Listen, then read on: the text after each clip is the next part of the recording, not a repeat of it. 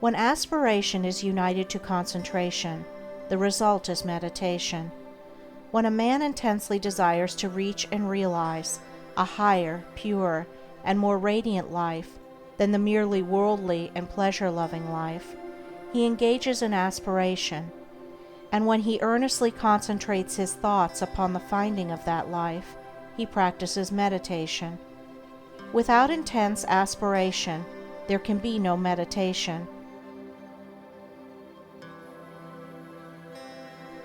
Lethargy and indifference are fatal to its practice.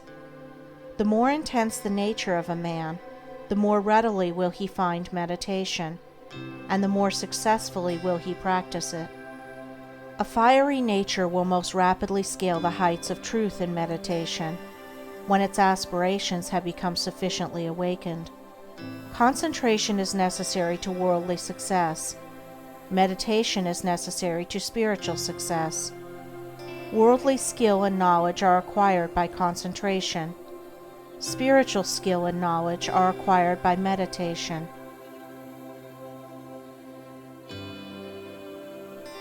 By concentration, a man can scale the highest heights of genius, but he cannot scale the heavenly heights of truth. To accomplish this, he must meditate. By concentration, a man may acquire the wonderful comprehension and vast power of a Caesar. By meditation, he may reach the divine wisdom and perfect peace of a Buddha. The perfection of concentration is power.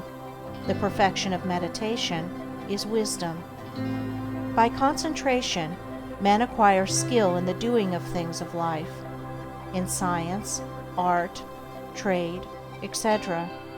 But by meditation, they acquire skill in life itself, in right living, enlightenment, wisdom, etc.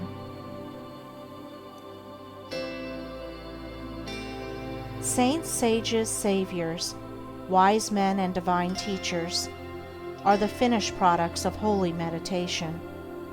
The 4 stages in concentration are brought into play in meditation, the difference between the 2 powers being one of direction and not of nature. Meditation is therefore spiritual concentration, the bringing of the mind to a focus in its search for the divine knowledge, the divine life, the intense dwelling in thought on truth.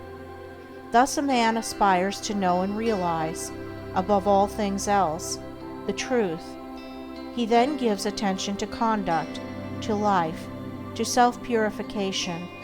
Giving attention to these things, he passes into serious contemplation of the facts, problems, and mystery of life. Thus contemplating, he comes to love truth so fully and intensely as to become wholly absorbed in it. The mind is drawn away from its wanderings in a multitude of desires, and solving one by one the problems of life, realizes that profound union with truth, which is the state of abstraction, and thus absorbed in truth, there is that balance and poise of character, that divine action and repose, which is the abiding calm and peace of an emancipated and enlightened mind. Meditation is more difficult to practice than concentration, because it involves a much more severe self-discipline than that which obtains in concentration. A man can practice concentration without purifying his heart and life, whereas the process of purification is inseparable from meditation. The object of meditation is divine enlightenment, the attainment of truth, and is therefore interwoven with practical purity and righteousness. Thus, while, at first, the time spent in actual meditation is short, perhaps only half an hour in the early morning,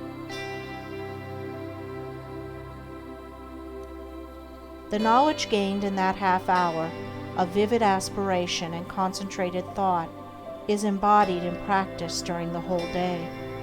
In meditation, therefore, the entire life of a man is involved, and as he advances in its practice, he becomes more and more fitted to perform the duties of life in the circumstances in which he may be placed, for he becomes stronger, holier, calmer, and wiser. The principle of meditation is twofold, namely, 1. Purification of the heart by repetitive thoughts on pure things. 2. Attainment of divine knowledge by embodying such purity in practical life.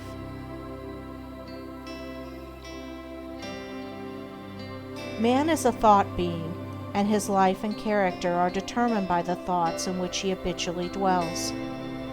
By practice, association, and habit, thoughts tend to repeat themselves with greater and greater ease and frequency, and so fix the character in a given direction by producing that automatic action which is called habit. By daily dwelling upon pure thoughts, the man of meditation forms the habit of pure and enlightened thinking, which leads to pure and enlightened actions and well-performed duties. By the ceaseless repetition of pure thoughts, he at last becomes one with those thoughts, and is a purified being, manifesting his attainment in pure actions, in a serene and wise life. The majority of men live in a series of conflicting desires, passions, emotions, and speculations, and there are restlessness, uncertainty, and sorrow. But when a man begins to train his mind in meditation, he gradually gains control over this inward conflict by bringing his thoughts to a focus upon a central principle. In this way, the old habits of impure and erroneous thought and action are broken up, and the new habits of pure and enlightened thought and action are formed. The man becomes more and more reconciled to truth, and there is increasing harmony and insight, a growing perfection and peace.